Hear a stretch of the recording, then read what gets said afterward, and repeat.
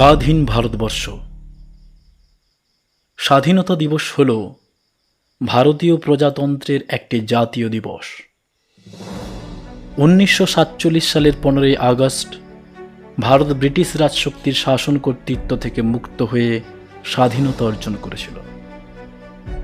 সেই ঘটনাটিকে স্মরণীয় করে রাখার জন্য প্রতি বছর 15ই আগস্ট তারিখটি ভারতের স্বাধীনতা দিবস হিসেবে পালন করা হয়। ভারতীয় জাতীয় কংগ্রেসের নেতৃত্বে প্রধানত অহিংস অসহযোগ ও আইন অমান্য আন্দোলন এবং বিভিন্ন চরমপন্থী গুপ্ত রাজনৈতিক সমিতির সহিংস আন্দোলনের পথে পরিচালিত এক দীর্ঘ স্বাধীনতা সংগ্রামের পর ভারত স্বাধীনতা অর্জন করেছিল। স্বাধীনতার ঠিক পূর্ব মুহূর্তে ব্রিটিশ ভারতীয় সাম্রাজ্য ধর্মের ভিত্তিতে বিভাজিত হয় এবং তার ফলে ভারত ও পাকিস্তান অধিরাজ্যের জন্ম ঘটে। দেশভাগের সময় সাম্প্রদায়িক দাঙ্গায় প্রচুর ক্ষয়ক্ষতির ঘটনা ঘটে। অনেক মানুষ প্রাণ হারান এবং 1,50,00,000-এরও বেশি মানুষ বাস্তুহারা হন। 1947 সালের 15ই আগস্ট জওহরলাল নেহরু ভারতের প্রথম প্রধানমন্ত্রী পদে শপথ গ্রহণের পর দিল্লির লালকেল্লার লাহোরি গেটের ওপর ভারতের জাতীয় পতাকা উত্তোলন করেন। তদবধি প্রতি বছর স্বাধীনতা দিবস উপলক্ষে ভারতের প্রধানমন্ত্রী লালকেল্লায় জাতীয় পতাকা উত্তোলন করেন এবং জাতির উদ্দেশ্যে ভাষণ দেন। জাতীয় পতাকা উত্তোলন, কুচকাওয়াজ ও সাংস্কৃতিক অনুষ্ঠানের মাধ্যমে সারা দেশে স্বাধীনতা দিবস পালন করা হয়। এই দিন শিক্ষা প্রতিষ্ঠানগুলিতে এবং অন্যান্য অফিস আদালতে মিষ্টান্ন বিতরণ করা হয়। কিন্তু এটি একটি জাতীয় ছুটির দিন হওয়ায় দরুন সর্বত্রই পঠন পাঠন ও কার্যক্রম বন্ধ থাকে। তবে এই স্বাধীনতার ইতিহাস কি ছিল, আমরা সে পর্বে এখনই প্রবেশ করতে চাই। 17শো শতাব্দীর মধ্যেই ইউরোপীয় বণিকেরা ভারতীয় উপমহাদেশ তাদের বাণিজ্য কুঠি প্রতিষ্ঠা করেছিলেন। 18শো শতাব্দীর মধ্যে অপ্রতিরোধ্য সামরিক শক্তির জোরে ব্রিটিশ ইস্ট ইন্ডিয়া কোম্পানি ভারতের প্রধান শক্তি হিসেবে নিজেদের প্রতিষ্ঠা করে। 1857 সালে প্রথম স্বাধীনতা যুদ্ধের পরের বছর ভারত শাসন আইন পাশ হয় এবং উক্ত আইন বলে ব্রিটিশ রাজশক্তি কোম্পানির শাসনের অবসান ঘটিয়ে ভারতের শাসনভার স্বহস্তে তুলে নেয়। পরবর্তী কয়েক দশকের মধ্যে ভারতে আধুনিক শিক্ষায় শিক্ষিত এক নাগরিক সমাজের উদ্ভব ঘটে।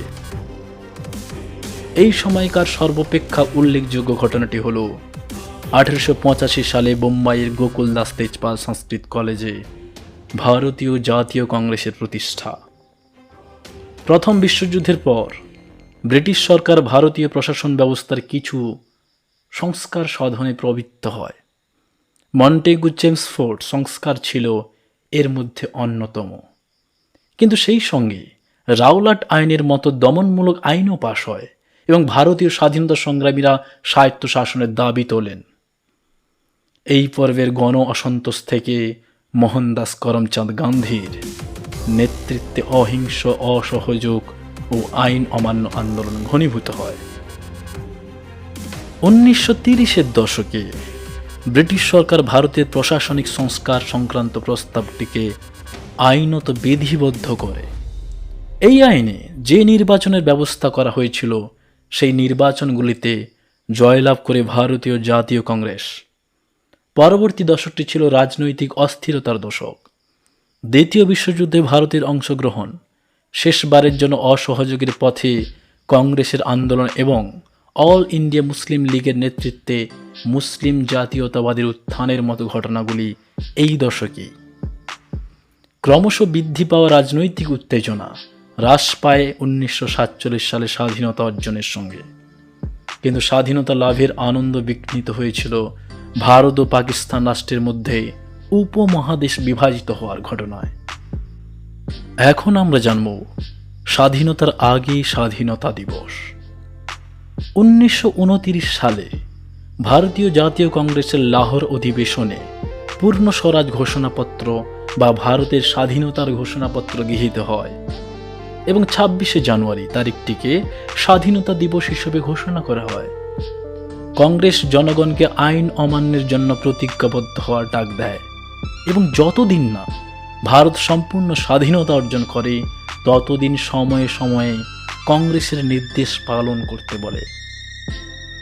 ভারতীয় নাগরিকদের মধ্যে একটি জাতীয়তাবাদী অনুভূতি জাগরিত করে তোলার জন্য এবং ব্রিটিশ সরকারকে স্বাধীনতা অনুমোদনে বাধ্য করার জন্য একটি স্বাধীনতা দিবস উদযাপনের সিদ্ধান্ত নেওয়া হয়েছিল। 1930 থেকে 1946 সাল পর্যন্ত 26শে জানুয়ারি তারিখটি কংগ্রেস স্বাধীনতা দিবস হিসেবে পালন করেছিল। সেই সময় স্বাধীনতা দিবস উপলক্ষে সভার আয়োজন করা হতো এবং সেই সব সভায় আগত ব্যক্তিবর্গ স্বাধীনতার শপথ গ্রহণ করতেন। জওহরলাল নেহরু তার আত্মজীবনীতে এই সভাগুলিকে শান্তিপূর্ণ, ভাবগম্ভীর এবং কোনো রকম ভাষণ বা উপদেশ বিবর্জিত বলে বর্ণনা করেছেন।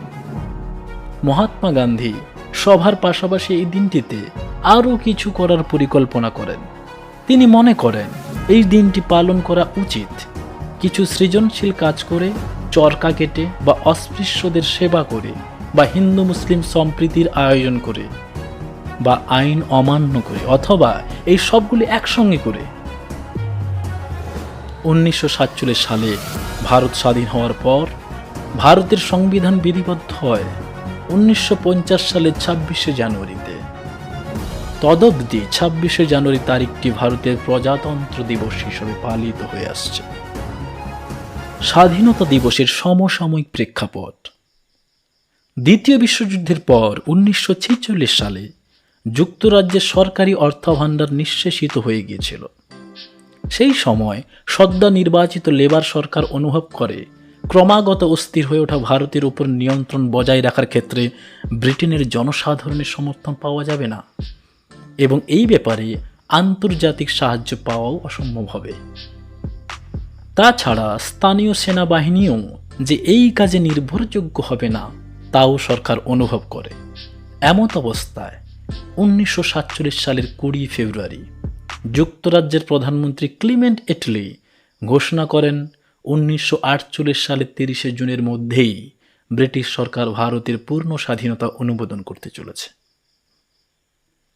অবশ্য ভারতের নবনিযুক্ত ভাইসরয় লর্ড মাউন্টব্যাটেন ক্ষমতা হস্তান্তরের তারিখটি এগিয়ে আনেন। তার ক্রমাগত আশঙ্কা ছিল কংগ্রেস ও মুসলিম লীগের মধ্যে তর্ক বিতর্ক ও বাকবিতণ্ডা অন্তর্বর্তী সরকারের পতনের কারণ হয়ে দাঁড়াতে পারে। তিনি দ্বিতীয় বিশ্বযুদ্ধে জাপানের আত্মসমর্পণের দ্বিতীয় বর্ষপূর্তির তারিখ 15ই আগস্ট দিনটিকে ক্ষমতা হস্তান্তরের তারিখ হিসেবে বেছে নেন। 1947 সালের 3 জুন ব্রিটিশ সরকার ব্রিটিশ ভারতকে দ্বিখণ্ডিত করার সিদ্ধান্ত অনুমোদন করে। সেই সঙ্গে সরকার ঘোষণা করে নবগঠিত 2 রাষ্ট্রকে অধিরাজ্য মর্যাদা দেওয়া হবে এবং ব্রিটিশ কমনওয়েলথ থেকে পৃথক হওয়ার সম্পূর্ণ ক্ষমতা 2টি রাষ্ট্রেরই থাকবে। এরপরই যুক্তরাজ্যের পার্লামেন্টে পাস হওয়া ভারতীয় স্বাধীনতা আইন অনুসারে ব্রিটিশ ভারতবর্ষ ভারত ও পাকিস্তান নামে 2টি স্বাধীন অধিরাজ্যে বিভাজিত হয়। এই আইন কার্যকর হয় 1947 সালের 14ই আগস্ট এবং সেই সঙ্গে নবগঠিত 2 রাষ্ট্রের নিজ নিজ গণপরিষদের ওপর সম্পূর্ণ আইন বিভাগীয় কর্তৃত্ব অনুমোদিত হয়।